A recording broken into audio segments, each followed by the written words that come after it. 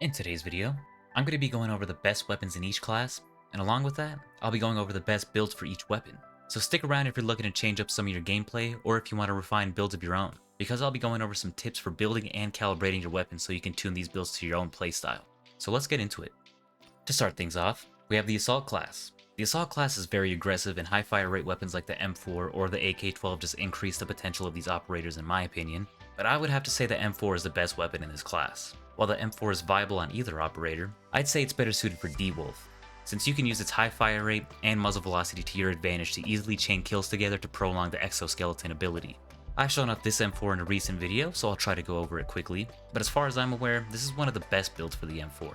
I use the Gabriel long barrel to increase muzzle velocity, damage range control, and stability. I've also used the K1 Elite foregrip and the Bastion compensator to reduce the horizontal recoil as much as possible without sacrificing any handling or vertical recoil. I have Python and KC Hound panels to increase the handling and stability, the extended mag to keep myself in the fight longer, the mag assist and the Phantom rear grip to increase handling and control, and the Spec Ops stock to increase control and stability.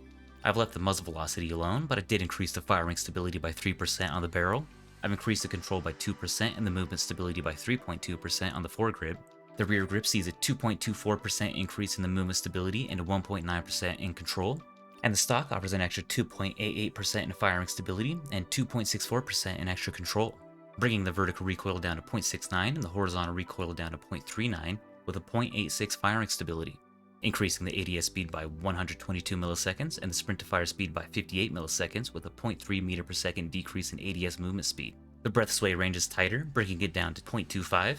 The hold breath duration is increased to nearly 31 seconds with a 0.74 recoil reduction while holding your breath, as well as offering smoother movement stability sitting at 0.56 and smoother lens firing stability sitting at 0.39, with a less than ideal hipfire spread of 3.01 for the standing spread and 7.5 for the max spread. But let's say you want more handling and accuracy on the M4.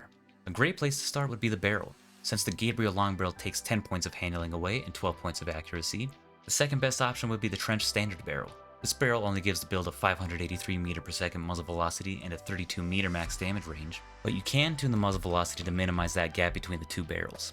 I would personally keep the K1 Elite foregrip or switch to the RKO foregrip since they don't have any negative attributes. And as for the muzzle, I would recommend switching to the Spiral Fire muzzle to increase your stability and firing stability.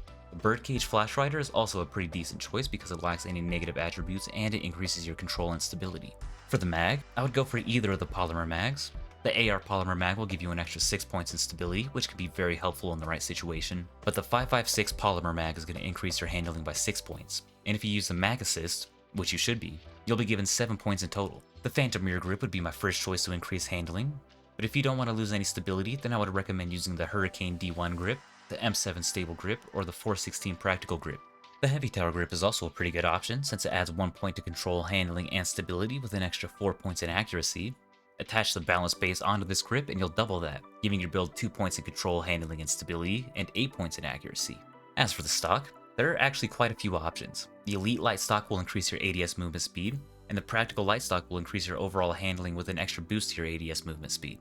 You can choose stocks that don't affect handling at all, like the M16 stock, the Practical stock, the Cardinal Stable stock, or the Invasion Core stock, or you could pick a stock with some trade-offs, like the Shadow Buffer stock, the 416 Light stock, the Skeleton Sniper stock, or the Recoil Buffer tube. As for the sight, you should choose whatever you want. I would recommend a red dot though, or a 1x ACOG at most, since this build isn't specifically for long range. And since the handling is already at a good spot, you'll want to use the rail and patch slots to increase your stability and accuracy. You could always equip a laser or two if you wanted, but your best option would be to fill a couple slots with Hornet panels to increase your accuracy by 4 points each. Then I would either go for the modular panels to increase control and stability at the cost of handling, or I could go for the KC panels or the Ranger panels to increase the control or the stability at the cost of nothing.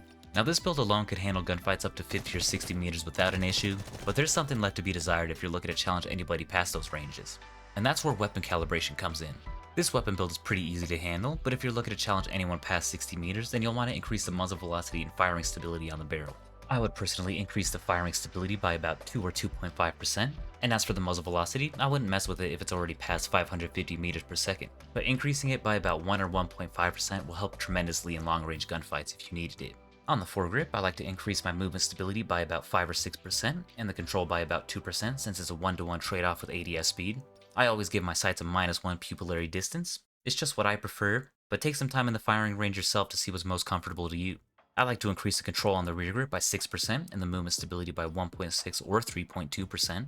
And for the stock, I would increase the control by 6% again and the firing stability by about 1.28%. I'm sure one of you might be wondering why I tank my aim stability while breathing, and I do that because this game has the steady aim feature, so while you're holding your breath in game, all that extra sway completely disappears. With the calibration in place, it'll still be a little shaky while firing, but now you can hit 100-meter targets with little to no issue at all.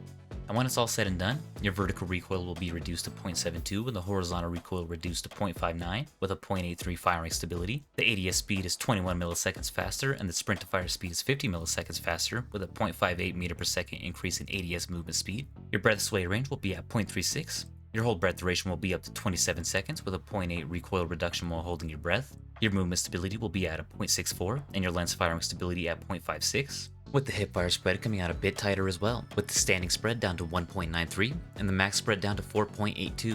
I honestly think this is one of the best jack of all trades builds you can make for the M4, giving you the ability to easily eliminate targets from close range up to 100 meters with the stability to back it up, and some quick and proper handling and accuracy to keep up in CQC situations.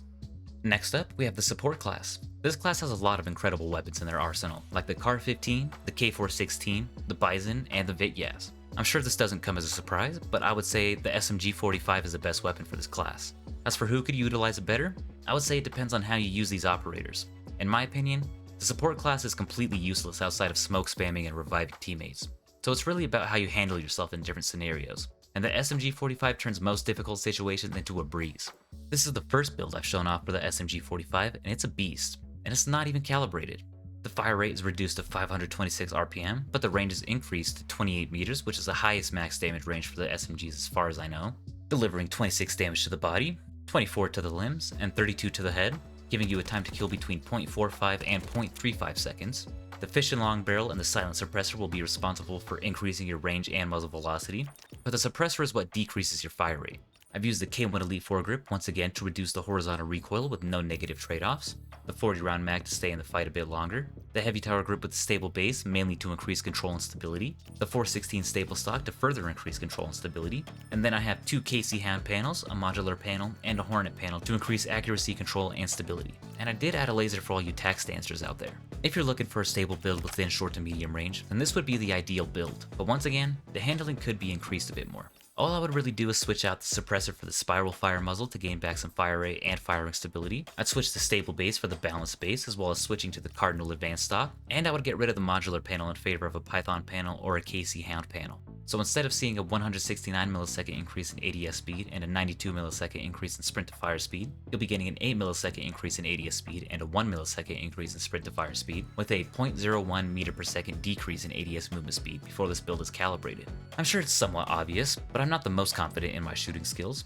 so I like to prioritize my control and stability more than anything else. This build is still incredibly stable if you control the recoil correctly, so I would only increase the muzzle velocity by 6.3% to get that 550 meter per second muzzle velocity. I'd go for about 5% extra movement stability and 2% extra control on the foregrip. For the rear grip, I would add an extra 6% in control and about 2.5% stability while moving. And as for the stock, I would increase the ADS movement speed by 4% and the firing stability by 1.92% at most. With this calibration in place, you'll have a 0.78 vertical recoil multiplier and a 0.65 horizontal recoil multiplier with a 0.87 firing stability. Your ADS speed will be increased by 25 milliseconds and your sprint to fire speed by 1 millisecond with a 0.04 meter per second increase to ADS movement speed. The breath sway range is reduced to 0.42 with a 27 second hold breath duration and a 0.8 recoil reduction while holding your breath, a 0.63 for the movement stability and a 0.56 for the lens firing stability. And the accuracy will see a tighter spread as well, reducing the standing spread to 1.46 and the max spread to 3.66. As for the engineer class, I'd say most of the weapons you can use are pretty good choices, like the SCAR, the G3, the AUG, and the M250. In my opinion, these are some of the best weapons in the game. As for the best weapon in this class, I'd say it's gotta be the QJB201. This is an all-around great LMG, even though there isn't a very wide variety of attachments. I've equipped the new type Fang barrel mainly to increase handling, but this barrel will also increase the base control and accuracy and trade for less stability. I think recoil patterns like this are completely unnecessary to say the least, so I've equipped the Bastion compensator and the Secret Order foregrip to try and eliminate the horizontal recoil as much as possible. To increase the handling even further, I've equipped the 45 round mag with a mag assist. On any LMG, if you equip a smaller mag, you should be gaining increased handling, control, and stability, but in this case, you'll get some extra control and handling. and trade for less stability and visual recoil. I'm using the sword heavy grip for more control and stability, and I have the MRGS skeleton stock to further increase handling and stability. The one thing that is lacking on this build is the stability, so I filled up all the rail and patch slots with the KC Hound panels, leaving you with a 40 meter max damage range, with a 785 RPM fire rate and a 550 meter per second muzzle velocity, delivering 21 damage to the body, 18 damage to the legs, and 39 damage to the head. This build will give you a time to kill between 0.29 and 0.15 seconds. The vertical recoil is down to 0.72 and the horizontal recoil is down to 0.32 with the firing stability at 0.92. The ADS speed gets a 15 millisecond decrease, the sprint to fire gets a 61 millisecond decrease, and the ADS movement speed sees a 0.02 meter per second increase, with a 3.15 second reduction to the reload speed and a 2.84 second reduction to the empty mag reload speed. The breath sway range is reduced to 0.31, with the hold breath duration increased to nearly 31 seconds, and a 0.74 recoil reduction while holding your breath. The movement stability sits at 0.57 and the lens firing stability at 0.39, and the accuracy is sitting at its stock value, with a 2.65 standing spread and a 6.63 max spread. I've calibrated the barrel to offer an extra 3.5% in firing stability. The foregrip has an extra 2% in control and 1.28% in movement stability, 6% more control and 2.24% movement stability on the grip, and 1.92 firing stability and 4% ADS movement speed on the stock. This is a pretty solid build all around. None of the stats are negative, and there's not a whole lot to slow you down, but this is my first build for the LMG, so if you have anything better, then let me know in the comments. Last but not least, we have the Recon Class. This class could be pretty useful. Luna has her wall hack arrows, and Hat Claw has her digital decoder, which shows you a path to any enemies that are nearby, but I always see some super ratty players doing the least as recon units, and if you're one of those players, just pull out the MA70. I know you want to, but if you want to be useful as a recon unit, you could use any of these weapons effectively, but the most effective weapon in my opinion is the AUG. I personally don't like burst weapons like the M16, and I'm not that big of a fan of the SG-552, and the SCAR's fire rate is a bit too slow for my liking. But the AUG is a perfect balance between the SG-552 and the SCAR in my opinion. This build has a 46 meter max damage range, with a 679 RPM fire rate and a 640 meter per second muzzle velocity, delivering 20 damage to the body and 50 damage to the head. The AUG will give you a time to kill between 0.35 and 0.09 seconds. I definitely didn't know how to go about making a good AUG build because this AR really lacks attachments apart from the grip, the rail, the muzzle, and the foregrip slots. So I'll just say I got a bit lucky with this build.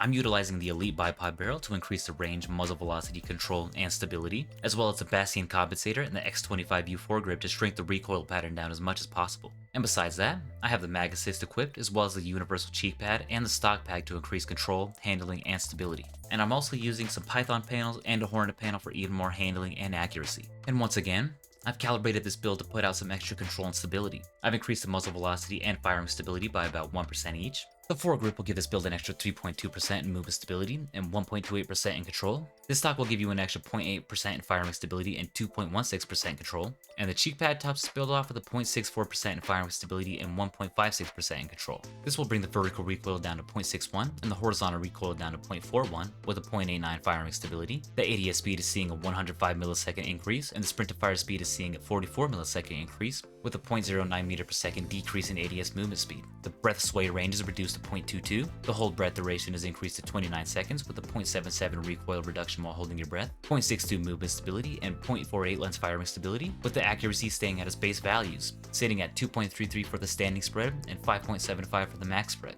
In my honest opinion, there's almost nothing to differentiate all these weapons besides fire rate and damage once they're fully built. There's no bloom on the guns, and no matter what you use, the secret to making no recoil builds is pretty much the same. And it's not really a secret either. Just equip any attachment that reduces vertical or horizontal recoil control specifically, and you'll be good to go. I hope in the future the devs actually decide to balance these weapons properly by adding some bullet spread or some actual recoil patterns. As of right now, it's just way too easy to make any weapon beam at 100 meters. But that's besides the point. What do you think some of the best weapons are in each class? I personally love using all of these weapons, but I definitely need to try out some shotguns or marksman rifles at some point. So if there's a weapon you want to see shown off in the future, or if you think these weapons aren't really that great, then let me know in the comments. I upload twice a week, so if you're interested in sticking around, then don't forget to hit that like and subscribe button. I actually really enjoy making videos that aren't just weapon setups, so I'll definitely be making more videos like this in the future. Before I go, I just want to say thank you all for getting us up to 200 subs. It's been a long time coming, but I can't wait to keep growing with you all in the future. There isn't much to say besides that, so I'll see you all in the next video.